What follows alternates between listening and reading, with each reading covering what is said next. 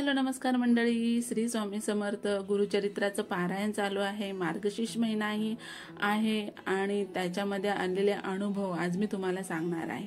काय झालं, गुरुचरित्र पारायण मी हे सामूहिक करत आहे, तर त्याच्यासाठी मी 3 ते 4 किलोमीटरच्या अंतरावरती पारायण करायला जाते.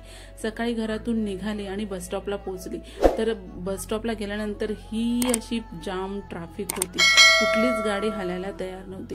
आता म्हटलं जायचं तर जायचं कसं आणि पोचायचं तरी कसं, हा विचार करतच होती. इतक्यात समोर एक रिक्षावाला आला. त्याला म्हटलं, दादा मला सर्व्हिस रोडनी माझ्या पारायणच्या ठिकाणापर्यंत सोडाल का? तर ते त्याच्यासाठी रेडी झाले. त्यांनी मला सर्व्हिस रोडनी रिक्षा काढून पारायणाच्या ठिकाणापर्यंत पोहोचवलं आणि अध्याय सुरू व्हायला म्हणजे मी स्वामी समर्थांच्या मठामध्ये पोहोचली. स्वामींचीच कृपा की माझ्या अध्यायामध्ये काही विघ्न आलं नाही आणि माझं पारायण व्यवस्थित पार पडलं.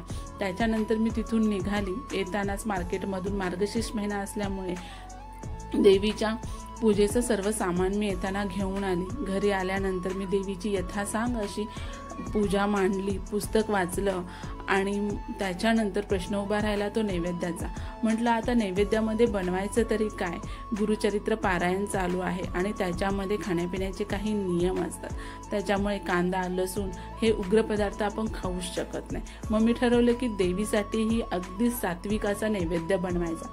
त्याच्यासाठी मी बटाट्याची अशी रस्साभाजी करायची ठरवली. बटाट्याची रस्साभाजी बनवली.